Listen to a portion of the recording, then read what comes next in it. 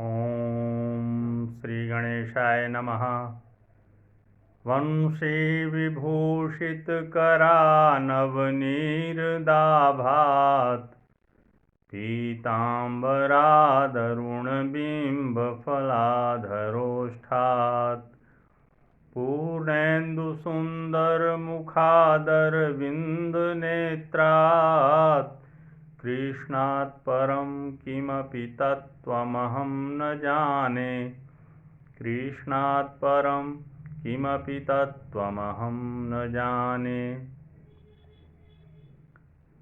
मैं वेंकटेश शर्मा, सहायक प्राध्यापक, गुरुकुल संस्कृत महाविद्यालय, बैरगनिया, सीतामढ़ी, आज की ऑनलाइन कक्षा में उपशास्त्री प्रथम खंड के विद्यार्थियों का हार्दिक स्वागत करता हूं। आज की कक्षा अनिवार्य द्वितीय पत्र राष्ट्रभाषा हिंदी की है। इसके अंतर्गत आज हम लोग यात्रा संस्मरण ओ सदा नीरा नामक पाठ के रचयिता लेखक जगदीश चंद्र माथुर के बारे में जानेंगे, उनका जीवन परिचय जानेंगे तथा उनकी रचनाओं की जानकारी आज हम लोग साझा करेंगे। जगदीश चंद्र माथुर जी का जन्म 16 जुलाई 1917 ईस्वी में उत्तर प्रदेश शाहजहांपुर में हुआ था। उन्होंने एमए तक शिक्षा प्राप्त की।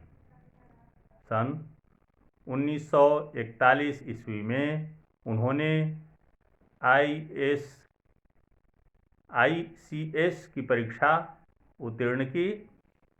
तत्पश्चात उन्हें प्रशिक्षण के लिए अमेरिका भेजा गया। प्रशिक्षण पूर्ण करने के उपरांत उन्हें शिक्षा सचिव बनाकर बिहार भेजा गया। सुप्रसिद्ध सांस्कृतिक उत्सव वैशाली महोत्सव का श्री गणेश सन 1944 ईस्वी में उन्हीं के द्वारा संपन्न हुआ था। वे ऑल इंडिया रेडियो के महानिदेशक के पद पर भी रहे। बाद में सूचना और प्रसारण मंत्रालय में हिंदी सलाहकार के विजिटिंग फेलो भी बने। इसके अतिरिक्त अन्य अनेक महत्वपूर्ण कार्यों से वे जुड़े रहे थे। उनकी साहित्यिक विशेषताएं: विद्या वारिधि की सम्माननीय उपाधि से उन्हें विभूषित किया गया था। उन्होंने बिहार राजभाषा पुरस्कार भी प्राप्त किया। वे एक प्रतिभाशाली लेखक, नाटककार, संस्कृति कर्मी एवं कुशल प्रशासक थे। उनका कार्यक्षेत्र बिहार था। यह एक महत्वपूर्ण तथ्य है कि वे साहित्य एवं संस्कृति के संसार में बिहार की ही विशिष्ट प्रतिभा के रूप में जाने जाते हैं। इतिहास, संस्कृति, परंपरा और लोक वार्ता की भूमिका इनके दृष्टिकोण निर्माण में आधारभूत थी। नाटक और उनके बहुविध शास्त्रीय एवं लोक रूप हमेशा उनके आकर्षण के केंद्र में रहे। श्री माथुर के लेखन में रचना भूमि का दायरा अपेक्षित रूप से सीमित और छोटा है, किंतु उनके साहित्य में संकीर्णता कहीं भी दिखाई नहीं पड़ती। उनकी महानता एक संवेदनशील, उदार दृष्टिकोण रुचि के लेखक को ऊंचाई प्रदान करती है।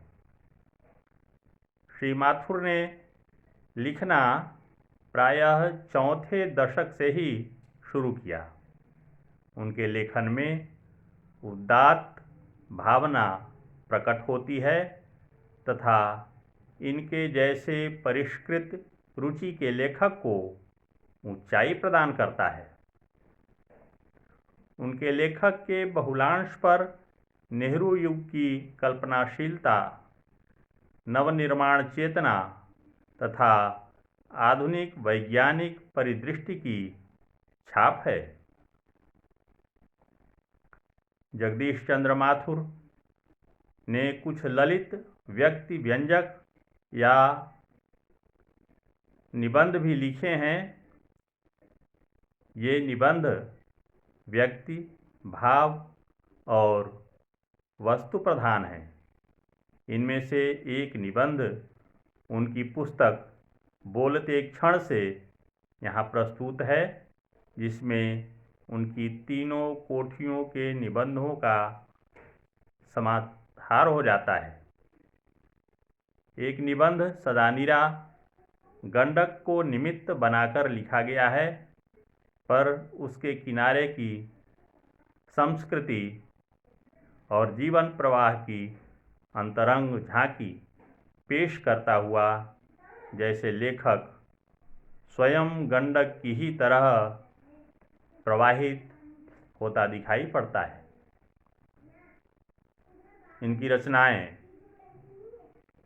सर्वप्रथम 1936 ईस्वी में प्रथम एकांकी मेरी बांसुरी का मंचन एवं सरस्वती पत्रिका में उसका प्रकाशन हुआ।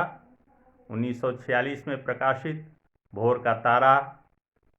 उनकी अन्य रचनाएं ओ मेरे सपने, मेरे श्रेष्ठ रंग, कोणार्क 1954, शारदिया, पहला राजा, दशरथ नंदन, कुंवर सिंह की टेक और गगन समारोह। इसके अतिरिक्त 2 कठपुतली नाटक, 10 तस्वीरें, जिन्होंने जीना जना, परंपराशील नाट्य, बहुजन संप्रेषण के माध्यम तथा बोलते क्षण इत्यादि उनकी महत्वपूर्ण रचनाएं हैं। इस प्रकार आज कक्षा यहीं समाप्त होती है। कल हम लोग ओ सदानीरा के बारे में विस्तृत पढ़ेंगे। धन्यवाद।